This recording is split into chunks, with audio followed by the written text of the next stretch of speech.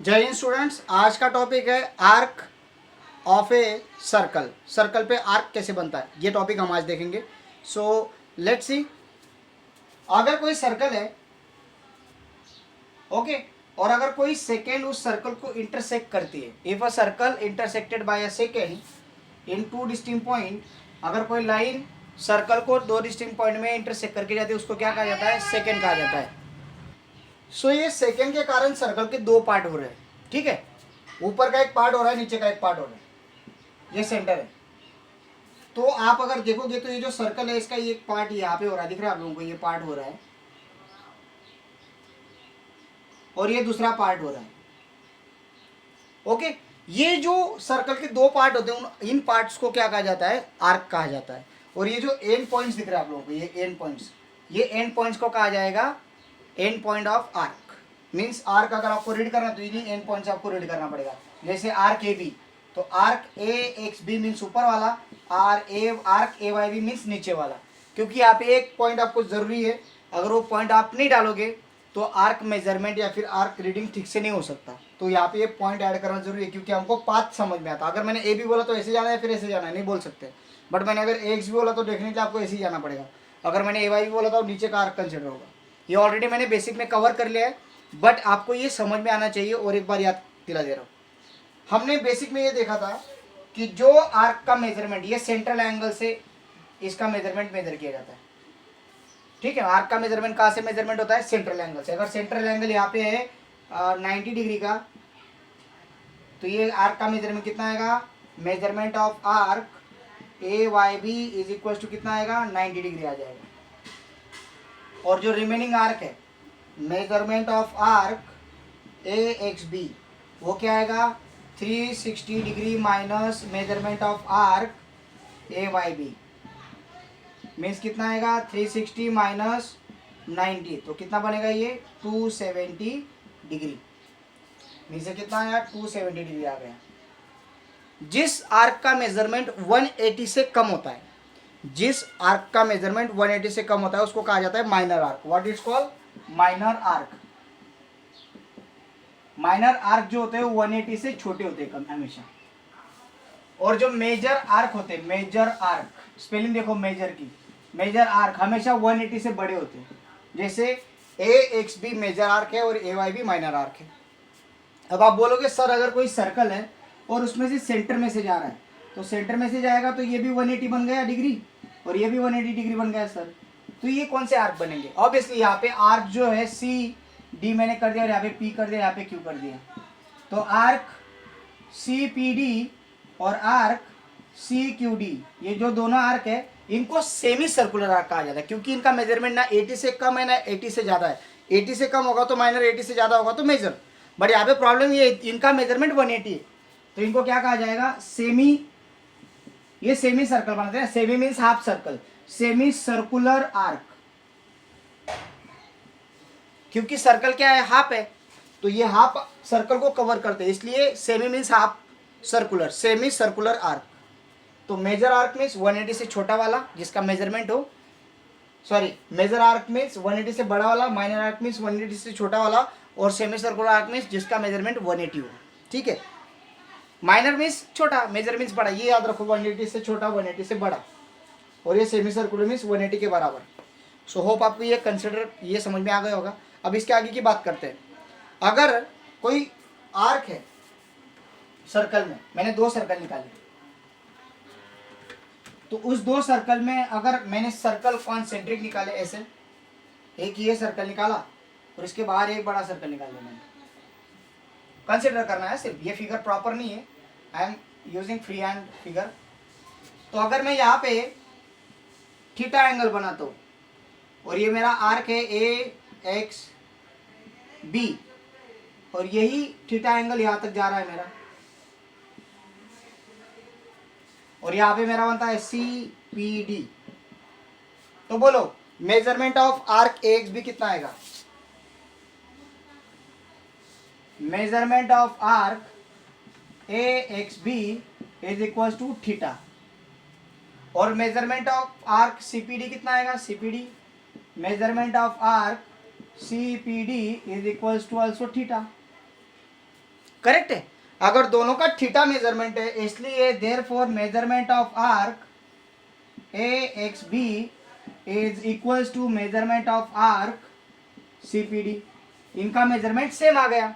अब हमने एक चीज सीखी है, थोड़ा सा समझ लो, ये बहुत इंपॉर्टेंट है। हमने एक चीज सीखी है, अगर length of segment A B is equals to length of segment C D हो, तो segment A B congruent with segment C D हो जाता है। करेक्ट है। कॉन्ग्रेंट मीन्स उनका कॉन्ग्रेंस मीन्स वो सेम है, एक दूसरे पे फिट टू फिट बैठ सकते हैं। अब यहाँ पे अगर आप मेजरमेंट ऑफ आर्क एक्स भी देखोगे, मेजरमेंट ऑफ आर्क सीपीडी देखोगे, दोनों का मेजरमेंट तो सेम है, तो वो कॉन्ग्रेंट है क्या? Yes, according to this study, this theorem, we can say it is congruent. But arc पे ये स्टडी लागू नहीं होती। क्यों? Let us see. अगर आप एक्स बी को उठाओगे और इस पे रखोगे सीपीडी पे, तो आप बताओ इक्वल दिख रहे हैं क्या? वो कॉन्ग्रेंट दिख रहे हैं क्या? नहीं दिखते। इट मीन्स यहाँ पे और एक चीज की जरूरत पड़ेगी। किस चीज की जरूरत पड़ेगी? कि भाई सर्कल की रेडियस भी सेम हो। क्या हो? सर्कल की रेडियस भी सेम हो। फॉर एग्जांपल, मैंने इनका एक ऑपोजिट एंगल निकाल लिया और ये थीटा है, और अभी इसको मैंने नाम दे दिया पी क्यू आर। ओके, ये एस क्यू आर दे दिया, और इसको नाम दे दिया मैंने एल एम एन। अब ये जो एस क्यू आर है, ये इसके साथ कॉन्ग्रेंट आ जाएगा, क्योंकि ये सर्कल की रेडियस जो है ये सेम है, इसकी भी ये रेडियस सेम है, तो ये और ये आर्क सेम आ जाएगा, क्योंकि इनका मेजरमेंट भी सेम है। मीन्स हमने यहाँ पे ये स्टडी किया कि अगर मुझे सीपीडी को कॉन्ग्रेंट दिखाना है, तो इसका ये और ये रेडियस सेम होना चाहिए। तो यहाँ पे एलिमेंट सीपीडी के साथ इसके साथ कॉन्ग्रेंट हो जाएगा, क्योंकि इसकी ये और ये रेडियस सेम है इसकी इतनी। मीन्स दो आर्क्स कब कॉन्ग्रेंट होंगे? जब उनका मेजरमेंट भी सेम हो और उनका रेडियस भी सेम हो, या फिर उनका मेजरमेंट भी सेम हो और वो सेम सर्कल में हो। कुछ समझ में आ रहा है? सेम सर्कल में हो या फिर कॉन्ग्रेंट सर्कल में हो। कॉन्ग्रेंट सर्कल का मीनिंग क्या है? कॉन्ग्रेंट सर्कल कब रहेंगे? जब उनकी रेडियस सेम रहेगी। तो वही मीनिंग होगा ना कि ऐसे आर्क जिनका मेजरमेंट सेम और जिनका रेडियस सेम है, तभी वो कॉन्ग्रेंट रहेंगे। और अगर इसको दूसरी भाषा में बोलेंगे तो कैसे बोल सकेंगे? The arc which measurement is equal and they are of congruent circle arc. Congruent circle means radius same होगी, तभी तो सर्कल कॉन्ग्रेंट होंगे। तो कॉन्ग्रेंट सर्कल के आर्क भी कहा जाता है इक्वल रेडियस की जगह पे। सो होप आपको जो मैंने कंसेप्ट समझाया ये समझा होगा कि आर्क को अगर कॉन्ग्रेंट दिखाना है, मीन्स आर्क को अगर एक्स बी को मुझे कॉन्ग्रेंट दिखाना है आर्क सीपीडी के साथ, तो सिर्फ मुझे इतनी कंडीशन की जरूरत नहीं है, मुझे और एक कंडीशन लगेगी, क्योंकि ये रॉन्ग होता है। ओके, सो ये कंसेप्ट है। अभी इस पे डिपेंड कुछ थ्योरम है, ठीक है? वो थ्योरम और एक टॉपिक रह गया मेरा। वो टॉपिक ऐसा है कि समझ लीजिए अगर मैंने सारे आर्क्स की एडिशन की तो कितनी एडिशन आएगी? Sum of all arcs of a circle. Suppose ये मेरा सर्कल है और यहाँ पे मैंने आर्क बना ली ए बी सी डी और ई। तो मैंने बोला arc A B plus arc B C plus arc C D plus arc D E plus arc E A, सबका एडिशन किया। ये आर्क प्लस ये प्लस ये प्लस ये और ये प्लस ये, कितना आएगा टोटल एडिशन? 360 आता है। ये प्रॉपर्टी है कि sum of all arcs of circle equals to 360। Obviously क्योंकि सर्कल का मेजरमेंट कितना है? 360 है। जैसे sum of all angle of triangle कितना होता है? 180 होता है। Sum of all angle of quadrilateral क्या होता है? 360 होता है। वैसे sum of all arcs of circle is 360 degree, याद रखना। ओके, तो यहाँ पे ट्रैक्टर आ गया इसलिए लिंक टूट गई। हाँ, सो आपको ये कंसेप्ट समझा होगा, तो थ्योरम्स की तरफ जाते हैं। Let's see. ओके स्टूडेंट्स, सो देखो हमने अभी जस्ट कॉन्ग्रेंट कॉर्ड्स देखे, कॉन्ग्रेंट आर्क देखे। अभी अगर उनमें कोई सब्सटेंड होने वाली कॉर्ड होती है, समझ लीजिए सब्सटेंड होने वाली कॉर्ड, वो भी बात कर देता हूँ मैं। अगर कोई सर्कल है और आपका ये आर्क है ए बी सी और यहाँ पे ये सेंट्रल एंगल है इसका, ठीक है? तो ये एंड पॉइंट से जो आर्क निकलती है इसको बोलते हैं सब्सटेंडेड आर्क। ये किस में आर्क आ रही है? एक किस में आ रही है? एक आर्क के अंदर आ रही है, ठीक है? सो यहाँ पे सेम कंडीशन दी है आपको कि अगर जो आर्क्स है corresponding arc congruent to congruent arc, the chords corresponding to congruent arc. अगर दो आर्क कॉन्ग्रेंट है, कौन से? ये वाला और ये वाला। कंसिडरेशन के लिए सिर्फ लिया हमने, कोई भी कॉन्ग्रेंट आर्क अगर है और उनके जो करस्पॉन्डिंग कॉर्ड्स होती है वो कॉन्ग्रेंट होती है, बस दो आर्क कॉन्ग्रेंट है, उनके करस्पॉन्डिंग आर्क कॉन्ग्रेंट रहेंगे।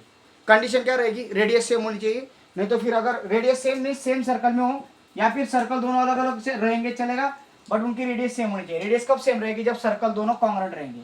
तो कंडीशन क्या दी है, वो आर्क एक सर्कल के हो, और सर्कल मीन्स एक सर्कल के हो, या फिर वो कॉन्ग्रेंट सर्कल के आर्क हो। जैसे एक सर्कल में दो आर्क बन रहे हैं जो कॉन्ग्रेंट है, तो उनकी जो कॉर्ड है वो कॉन्ग्रेंट रहेगी, या फिर दो अलग अलग सर्कल है बट उनकी रेडियस सेम है, तो ये जो आर्क, अगर ये आर्क सेम है तो ये कॉर्ड भी क्या आ जाएंगी, सेम आ जाएंगी।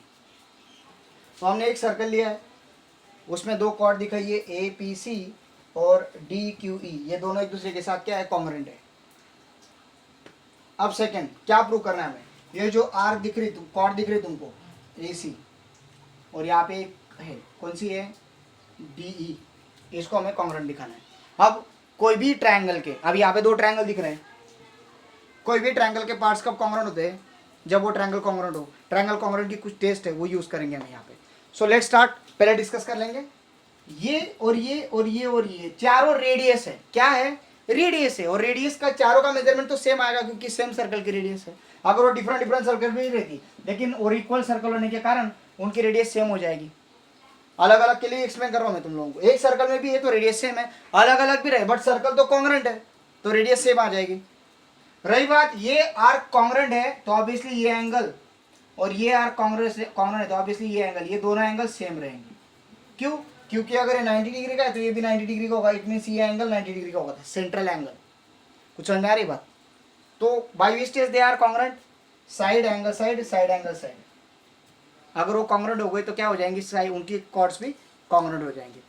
सो स्टार्ट करते फिर प्रूफ, मैंने तो एक्सप्लेन कर दिया आप लोगों को बट प्रूफ लिखना जरूरी है।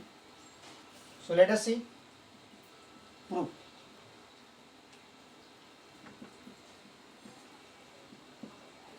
इसमें हम देखेंगे अभी कि अगर ये ट्रायंगल है, इसका नाम दे रहा हूं इन triangle A B C and triangle D B E, A B C D B E, segment AB is congruent with segment DB, segment BC is congruent with segment DE। AB DB के साथ है, BC BE के साथ है। Why? Why बेटा, radii of same circle, okay, correct। Arc APC is congruent with arc DQE.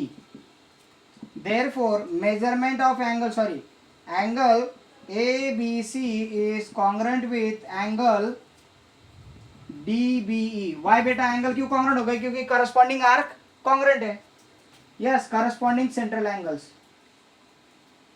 Corresponding central angle of congruent chord, central angles of congruent chord, congruent chord के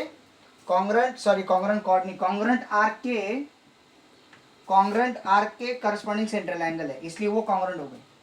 सो therefore triangle A B C congruent with triangle D B E. Why? By side angle side test. अगर ये congruent है तो उनके remaining side क्या हो जाएंगे, congruent हो जाएंगे। Therefore segment AC congruent with segment DE, but ये सेगमेंट नहीं, ये क्या है, कॉर्ड AC है, chord AC congruent with chord DE। Hence proof हो गया ना भाई प्रूफ। तो अभी इसका कॉन्वर्स उसके एग्जांपल्स हम कल देखेंगे, आज यही पे रुकते हैं। थोड़ा बारिश का मौसम है तो बारिश का मौसम में तो क्यों रुक रहे सर, चलने दीजिए ना, no problem. So we'll meet tomorrow. Thank you. Have a great day.